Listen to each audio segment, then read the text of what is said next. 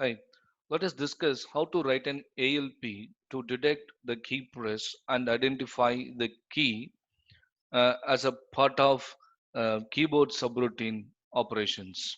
Okay, so remember that all that you have to do here is the first step is you have to wait for all the keys to be released. The second step is to have, if there is any key press, then recognize it, then wait for the debounce delay. Wait for the debounce delay. After debounce delay, once again you read it. Then you can check for the valid key, isn't it? So that's the basic process that we are going through. So let us see that here. So first thing is what? First check for the key release. What are the statement that we use to check the key release? Okay, since we are using the columns as an input, so we set the port P2 with the logic value 1 so that it will be configured as an input. Then all the rows are connected to P1, right? So all the rows are set to the value logic 0, set to the value logic 0.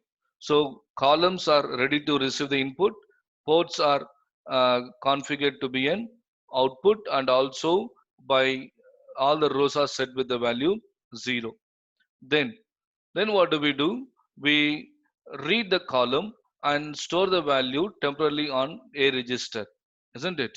So when you read the value and you store it on the a register, we will have the red value, isn't it? Whatever the value that's read here, that will be in a register. Then next, what do? We don't want the complete port. We want only the lower bits of a port, the lower nibble of a port, isn't it? So for that, what do? We do the masking operation to cover up the upper nibble, and to access only the lower nibble, we do the masking operation by using the AND operation. So now here, if all the keys have been released, all the keys have been released, then the ports, the column should have all the bits set to 1, or it should have some other value. Yes, all the bits should be set to 1, isn't it? Okay. So how do we know that? By using the CJN instruction, we can check this. Okay, whether the what is the value in A, that is the value read from the column, is equal to this 0 triple 0 1 triple 1. If it is equal to 1, isn't it? That means the keys are released. If it is not equal, then go to the key 1. What is key 1? Again, you set the rows and read the column, mask the operation. This operation is getting continued, isn't it? Okay. And next one is, yes, when it is equal, that means when it is equal, all the keys are released. Next, what do? We wait for the key press. Wait for the key press. If there is a key press, wait for some delay. Wait for some delay. Yes. So when you wait, after waiting for some delay, then again you read the column. Again read the column. Store the value onto A register. So as you store it on the A register, then we mask the lower nibble.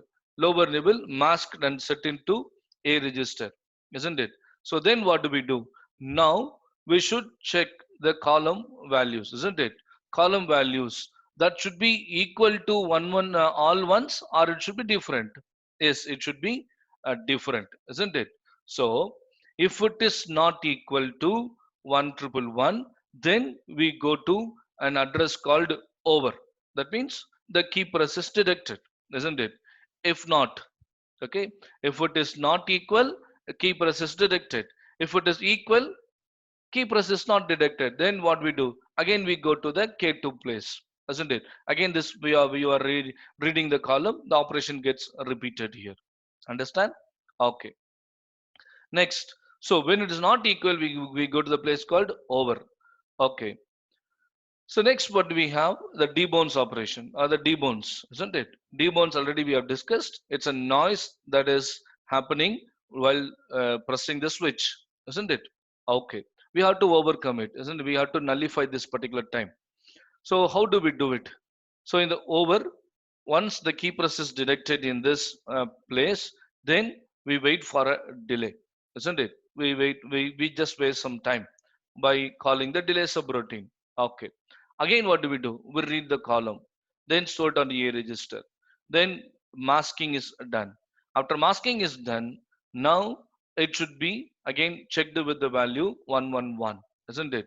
If it is not equal, that means a valid key is pressed, isn't it? The key press is perfectly detected, isn't it? That means it goes to over one. It goes to over one. If it is equal, that means still the key press is not detected. So control will come from here to here to K2 to will come here.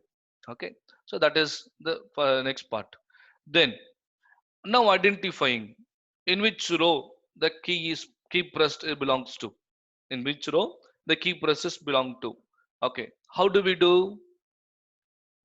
Very good. So by setting each bit of a row one by one and reading the column values. Very good. So what do we do first? So we have connected rows to the P1, isn't it? Rows to the P1, which is going to be an output from the microcontroller. So what do? We output uh, 0, 1, 1, 1, 1, 1 through port P1. That means the bit 0 of row is now set to 0. Now again we read the column. We read the column. So as we read the column, we mask it again. As we masking it, isn't it? Now again we'll check for the 111. If it is not equal, then it is sure that it is the row 0. In row 0, the corresponding key is available, isn't it? If it is okay, if it is equal, that means the key is not there in corresponding row, isn't it? Then what we do? We shift this 0 to the next bit, isn't it? Shift this 0 to next bit. That means bit one of the row is now set to 0, isn't it? So this operation we continue to do for all the rows one by one, isn't it? So like this we do it. Just in case if the row 0 is not there, if the row 1 is not done, then go to row 2. Like that we'll continue to do this operation for all the rows, isn't it? Once it is done, then we go to the when we go to the K2, because by this time when it comes to the row 3, there must be a key press. Okay, otherwise there is no key press. That's why it will go back to the previous operations, and it will scan the keyboard, and again it will try to detect it. But once it is detected, it can jump from any place. From here immediately it can go to row 1, it go to row 2, row 3, something like that. It can immediately it can jump into, isn't it? Okay, so we identify the corresponding row with this particular statements. Then what do? We identify the memory location where we have stored the characters of the key. Isn't it? You know, characters of the key means nothing but 0, 1, 2, 3, like that, isn't it? So that we have to identify now, isn't it? Okay, how to get it done, isn't it? So for this, we use one instruction here. If it when it is row 0, then it comes to a place where no we have stored our lookup table, and each row of the lookup table is addressed with the um, address key code 0, key code 0. And similarly, for our convenience, as we proceed we'll get to know that. So from there, the address of key code 0 will be loaded onto DPTR. Yes. Then what do? We go with the HIMP find. HIMP find, isn't it? So HIMP find is another address here. So let us see that. Similarly, we write for all the rows like this. Okay. So if you look at the lookup table, you will get to know that. So all the rows. Now find address is located here. In find, what do? Whatever we have in column, we will we have it in A register. The column value we have it in A register. That now we will move it into uh, carry flag. That we move to carry flag.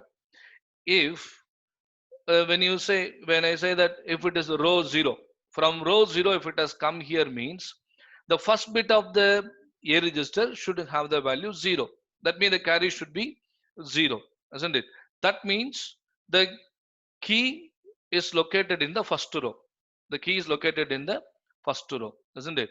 Okay. So how do we do that? We check it by using the JNC instruction.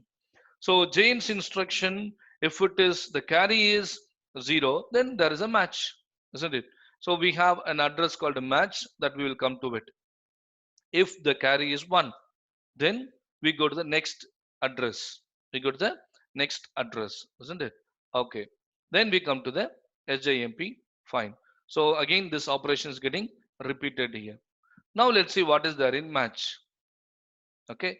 So in the match only, we're going to identify the particular key. So in the match address, what do? We clear the A register. So we clear the A register. Once the A register is cleared, then by using, no, I'll just show you the lookup table now only. Okay. And this is what we called as a lookup table. This is what we called as a lookup table. You can see that we can store a character or data onto a program memory by using define byte assembler directive, isn't it? And you can start storing from 300H. That's what we have mentioned here. So in 300H, we have the value 0 stored here. In 301, 1 is there. 302, 2 is there. 3 is there. 304, you have 4. So like that subsequently you have stored. And for conveniently, we have marked the starting of the row like this. So this is key code 0, key code 1, key code 2, and key code 3 like this, isn't it? Okay. So now what will happen here as we as we do like this, and if from DPTR we got that key code 0, isn't it? That means address is 300. Address is 300.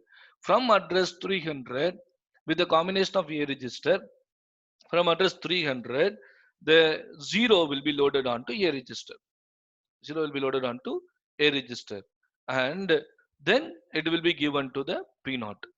It will be given to P0. P0 is another port that we use to give the value output, so that the ASCII value of 0 will be given to P0. Understand? So that means if the row 0 is that means the bit 0 of row is 0, and bit 0 of the column is 0, the key press is 0. Otherwise, by increasing the DPTR, as we have seen earlier in the find address part, the next we increase the DPTR. Then DPTR becomes 1, isn't it? Then bit 0, bit 1 of row is 0, and bit 1 of column is 0.